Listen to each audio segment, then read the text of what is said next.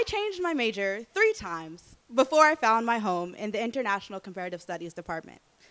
While the first 2 major switches I'll chalk up to simply finding my place in university, it is my last and final shift that I want to share with you all.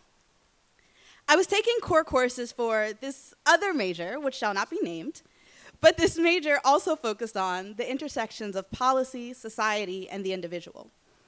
While by my sophomore year, I had realized I was interested in studying the intersections of people, places, and systems of power, I found my current core courses to be a little narrowly focused on the goings-ons of my local communities without paying due attention to the intersections among people and places. As I'm sure every graduating senior in this ceremony can tell you, that picture is incomplete. There are students at Duke and in this program who have been abroad more than 7 times, and graduating seniors heading abroad a week after graduation for their first career step. Personally, I have family hailing from 2 countries on 2 different continents that are located all over the world. With the advent of technology and mass travel, the world is even closer and more connected than ever before. So how could I possibly study policy, power, and community by only studying these wide-ranging issues from my positioning in the world? Many places and programs promise to open the door to the world, but what good is an open door if you don't know how to think about or interact with what's on the other side? As I found my home in the ICS department, it quickly became clear that this program would teach me to consider, question, and interact with all that is before the door, everything after, and the door itself. One of the requirements of the ICS major is 4 semesters of language study. For my 4 semesters, I chose to study Swahili.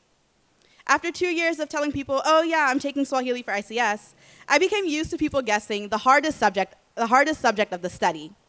Literature, maybe scientific terms, probably my pronunciation. But no, for me, the hardest subject was telling time. I know, time telling seems more of a hill to climb for a graduating kindergartner, not a graduating undergraduate, but hear me out. During our first lesson, the class learned that time in Swahili begins at 6 a.m.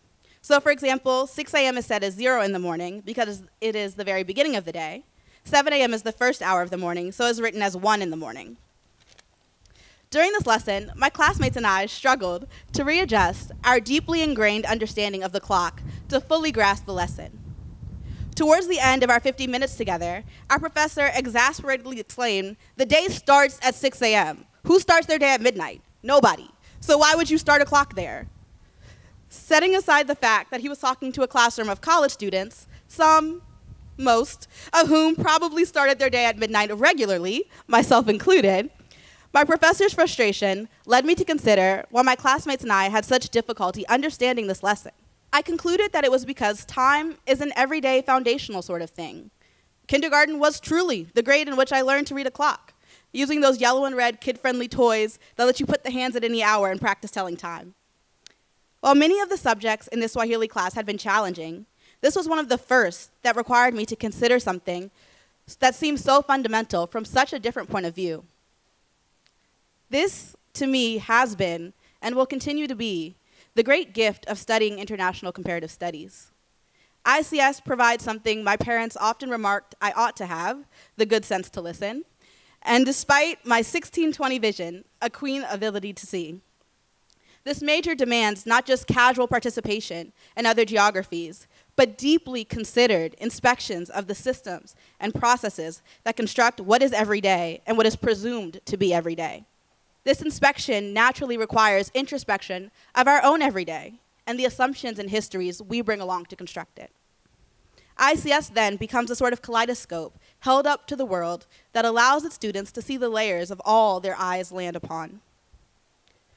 During this commencement weekend, we graduates may have heard many people praising our accomplishments at Duke and encouraging us to rush headfirst into the world to follow our emerging dreams and passions with our experience in heart and our degrees in our hand. This is good advice, but again, it is not the whole picture. ICS offers a sort of addendum to the whole rushing in headfirst thing. Rush, yes, if you must. I'm more of a light jogger myself. But when you get to where you're going, stop, see, listen. Throughout my time as an ICS major, It has become increasingly clear that rushing into any situation without awareness of the deeply entwined and deeply personal histories and experiences we constantly carry can be detrimental to any goodwill we wish to establish or any change we wish to make. Rather, being conscious, and now a little bit more knowledgeable, of the ways in which history and music and dance and language and literature, you name it, meld and shift and shape communities and loved ones beyond our own makes a world of difference. Rather than purely rushing in and changing things, we have both the great privilege of being influenced by the world and the even greater responsibility of exacting our own influence. So in light of this, I have some aspirations for all ICS graduates, including myself. I hope that you continue to be influenced by the everyday of places and people that are not your own. I hope that you continue to have opportunities that exceed your wildest dreams, but never your deepest capabilities. I hope you get lost somewhere new and have to find the time. No iPhones. Finally, I hope you continue to have a keen sense of sight and the good sense to listen. Thank you.